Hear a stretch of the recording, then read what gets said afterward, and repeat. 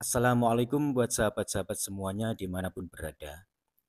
Pada kesempatan kali ini saya akan menjawab sebuah pertanyaan dari sahabat subscriber atas nama Tirta. Ini pertanyaannya cukup banyak sekali ya menurut saya. Sekaligus saya menyangkutkan dari komentar atas nama Teh Siriwangi. Ini bukanlah sebuah pertanyaan namun perlu diluruskan agar lebih tepatnya lagi. Dalam komentarnya, pemilik channel nama Teh Siriwangi ini berkomentar, saya punya badar lumut nempel magnet, begitu. Tapi ngetiknya ini badar limit, mungkin salah ketik gitu saja ya. Yang jelas ini adalah badar lumut nempel magnet dalam komentar itu. Baik, saya akan meluruskan dulu sebelum menjawab pertanyaan dari sahabat subscriber atas nama Tirta di kolom komentar ini. Untuk jenis badar lumut yang nempel magnet, itu sebenarnya masuk kategori badar besi, sahabat-sahabat. Dan memang batu badar besi ini bervariasi warnanya, bervariasi jenisnya. Ada yang berwarna merah, ada yang berwarna coklat kehitaman, ada yang berwarna hitam pekat, ada yang berwarna hijau, dan lain sebagainya. Untuk jenis batu yang nempel magnet, ini sekali lagi masuk kategori batu badar besi. Meskipun batu badar besi tersebut berwarna merah, berwarna hijau, berwarna coklat, katakanlah yang berwarna hijau meskipun terdapat pada batu badar lumut kalau ada unsur besinya dan itu terbukti nempel di magnet, itu masuk kategori batu badar besi. Nah, ada juga yang berasal dari bahan batu tiger eye atau biduri sepah, atau biasa disebut dengan mata harimau. Ini ada juga yang nempel magnet, bahkan banyak yang nempel magnet. Itu masuk kategori batu badar besi, meskipun dari bahan batu tiger eye atau batu mata harimau atau biduri sepah, ada yang menyebutkan begitu. Ini masuk kategori batu badar besi. Karena sifat atau karakter batu badar besi memang kalau didekatkan dengan magnet itu akan bereaksi. Ada yang berputar, ada yang bergerak-gerak, ada yang tertarik, ada juga yang terdorong. Gitu. Ya, terus saya lanjutkan dengan pertanyaan sahabat subscriber atas nama Tirta di kolom komentar. Ini yang ditanyakan ini ada 5 pertanyaan. Makanya tadi saya mengatakan bahwa pertanyaannya cukup banyak sekali. Yang pertama, ini istilah kayu. Yang nomor 1 kayu buntat, kayu les, kayu akar pancer, kayu inti, dan yang kelima mustika. Anggap mustika kelor, itu katanya. Ya, untuk sahabat subscriber atas nama Tirta, sebelumnya saya ucapkan banyak-banyak terima kasih atas pertanyaannya. Namun di sini saya akan menjawab hanya 3 pertanyaan saja, karena untuk jenis pertanyaan yang lainnya seperti les ini sudah saya ulas di video saya sebelumnya beberapa bulan yang lalu, termasuk mustika kelor ini juga pernah saya ulas di video saya beberapa bulan yang lalu, bahkan tidak cuma sekali ya, berkali-kali. Untuk yang pertama dulu, nomor 1, untuk kayu buntat.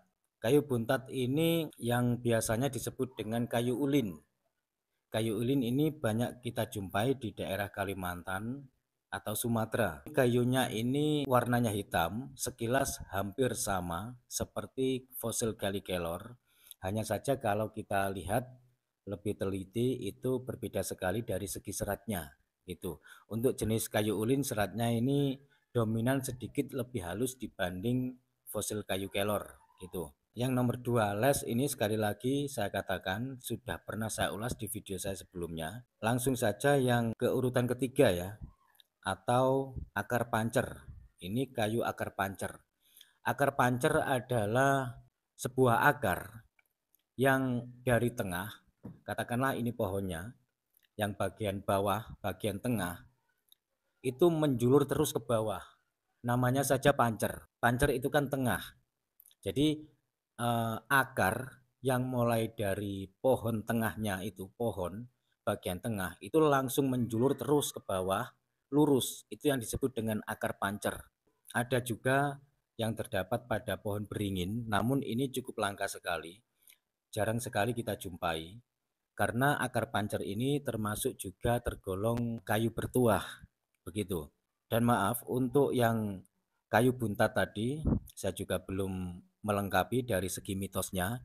Untuk kayu buntat sendiri, mitosnya itu dipercaya sebagai sarana kewibawaan, sebagai sarana keberuntungan, dan lain sebagainya. Terlepas itu hanyalah sebuah mitos atau fakta, kembali ke pribadi masing-masing.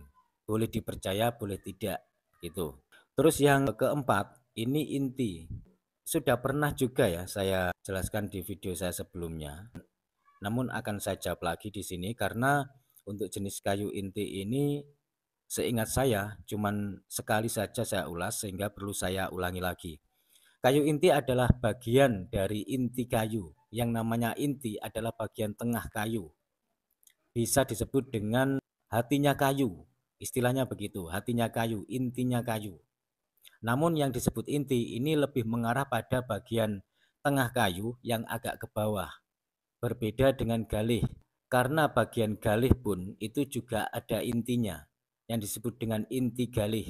Selain itu, bagian hati kayu juga ada intinya. Sedangkan yang disebut dengan inti kayu, ini yang berada di tengah agak ke bawah, begitu. Berbeda dengan hati kayu. Kalau sekedar hati kayu, itu yang berada di bagian tengah pohon agak ke tengah sampai ke atas, sampai ke ranting-rantingnya.